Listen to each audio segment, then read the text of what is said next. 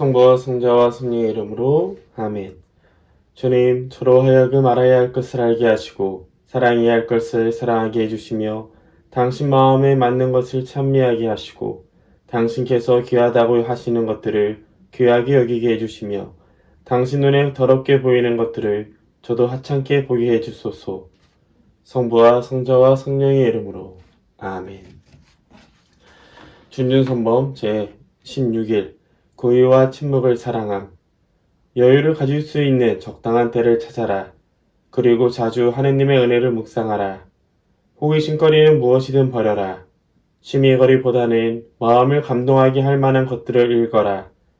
무익한 담화를 하지 말고 필요 없는 왕래를 끊고 헛된 소문과 쓸데없는 말을 듣지 않게 되면 묵상하기에 적절하고 충분한 시간이 있을 것이다. 수많은 위대한 성인들은 사람들과의 교제를 될 수 있는 대로 피하고 피정을 하면서 하느님을 섬기는 일을 택했다. 참의 예수님, 이승화 시몬 신부입니다. 오늘 내용은 외적 침묵에 대한 이야기로 이해하시면 좋을 거예요. 여러분은 하루에 몇 번이나 멈춰서 자신을 돌아볼까요? 사람이 앞으로 열심히 달리기만 하다 보면은 자신이 제대로 가고 있는지 방향을 놓칠 때가 많이 있습니다. 그때그때 순간순간의 판단에 따라서 당장 대응하다 보면 자연스럽게 내가 제대로 가고 있는지 이게 더 좋다는 생각에 한 걸음 옆으로 빠진 것이 머나먼 길을 돌아오게끔 만든 것은 아닌지 살펴보게 됩니다. 그렇기 때문에 우리는 일상생활을 하면서도 또 일정한 시간을 지낼 때마다 스스로 돌아보는 시간이 필요합니다. 우리가 애초에 잡았던 목적을 잘 가고 있는지 아니면 내가 어떤 부분에서 유혹에 빠졌는지 또 어떤 하느님의 손길을 느꼈는지 이렇게 외적으로 잠시 멈춰서는 시간을 가질수록 우리의 영혼은 흔들리지 않고 나아갈 수 있겠죠. 더불어 우리가 무엇을 보고 듣고 하느냐에 따라서 우리의 마음이 자연스럽게 그쪽으로 이동하게 됩니다. 만약 우리가 성화나 성인들의 글들, 성경 말씀을 가까이 하게 된다면 아무래도 하느님에 대해서 성인들의 말씀에 대해서 자주 묵상하고 생각할 수 있게 됩니다. 하지만 TV 드라마나 TV 여러 가지 프로그램들 혹은 여러 가지 오락성 게임이나 이야기들에 많이 쫓아다 보면 어느 순간 내 마음속에는 하느님이 아니라 세상의 부산스러운 일들이 더 많이 있겠죠. 물론 사람들은 그때그때마다 중요하다고 생각하는 것 혹은 필요하다고 생각하는 것을 선택을 합니다.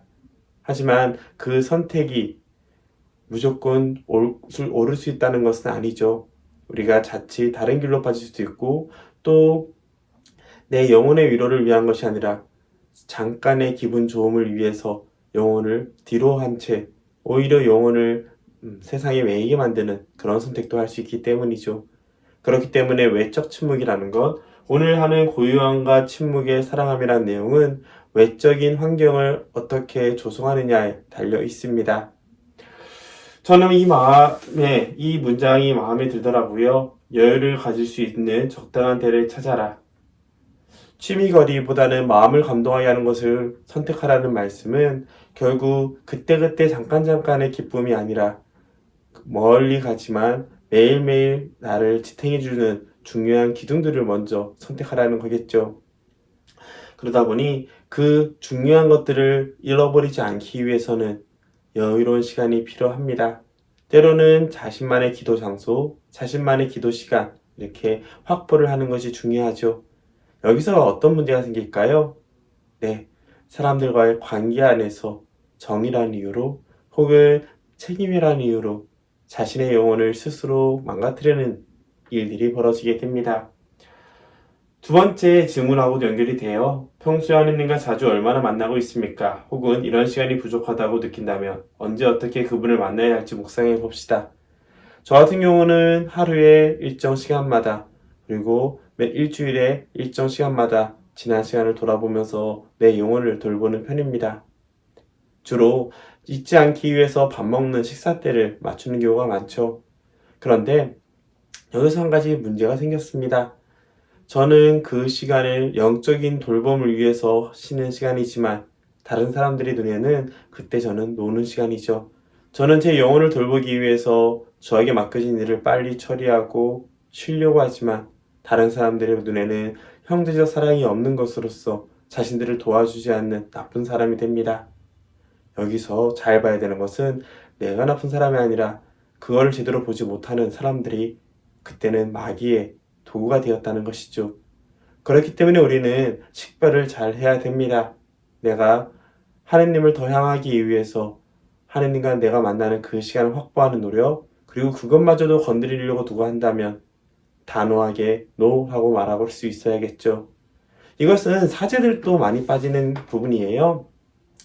예를 들어서 본당에서 어떤 일이 벌어지면 누군가는 해야겠죠. 그런데 보좌 신부가, 물론 저같이 부주인 신부가 자신이 맡은 거를 빨리 처리하고 그 시간에 쉬고 있다면 주임들은 어떤 생각을 할까요? 아, 제가 쉬고 있으니까 이 일을 제시키면 되겠구나 라는 생각을 하지, 아, 저 친구는 저렇게 수고했으니 이건 내가 해야겠구나 라는 생각을 하지 않습니다. 그런 부분에 있어서 사제들 역시 기도를 하지 않는다는 게 드러났고, 하느님과의 관계에 중요한 것을, 또 자기만을 바라보면서 주변을 바라보지 못할 수 있다는 것을 알려주는 부분이죠. 그만큼 사제들과 수도자들도 그러한데 일반 신자들은, 평신도들은 얼마나 힘들까요? 그렇기 때문에 지혜롭게 처리하는 것이 좋습니다. 여러 가지 신부들의 얘기를 들어보면 어떤 신부는 일부러 일을 질질 끌면서 다른 걸 시키지 못하게끔 막는 신부도 있고요. 어떤 신부는 주인 신부가 맞서면서 노를 하면서 서로 불편한 관계를 만드는 부분도 있습니다. 하지만 이 불편한 관계는 오히려 그 사제의 영혼을 지키고 공동체에 더 득이 된다는 재미난 아이러니한 사실도 분명히 있죠. 그렇기 때문에 여러분 역시 영적 성장과 영적 충전을 위한 시간을 지혜롭게 자신의 삶에 맞게 정해야 됩니다. 저는 주로 휴가는 영적 충전의 시간으로 취미보다는 깨달음과 리플리시하는 생각을 다시 한번 새롭게 하는 시간을 갖는 편이고, 피정은 영적 성장을 위해서 어떠한 포인트를 두고 깊숙이 들어가는 시간으로 삼고 있습니다. 분명 한국 사회는 누군가가 쉬면 불편해합니다. 하지만 그 불편함을 NO라고 얘기할 수 있을 때, 또 그만큼 다른 사람을 배려할 수 있을 때 우리는 서로의 영혼을 돌볼 수 있다는 걸 기억하면서 오늘 묵상도 여러분들에게 의미를 전해줄 수 있었으면 좋겠습니다. 성부와 성자와 성령의 이름으로 아멘. 저희 주 하느님, 당신께 무한한 찬미와 찬양을 드리려는 저의 정성과 소원을 받아주소서. 당신의 형언할 수 없는 광대무변하심은 찬미와 찬양을 받아야 마땅합니다. 매 순간 당신을 그렇게 찬미하고 감사를 드리게 해달라고 천상의 모든 천사와 모든 신자와 함께 청하고 간구합니다. 성부와 성자와 성령의 이름으로 아멘.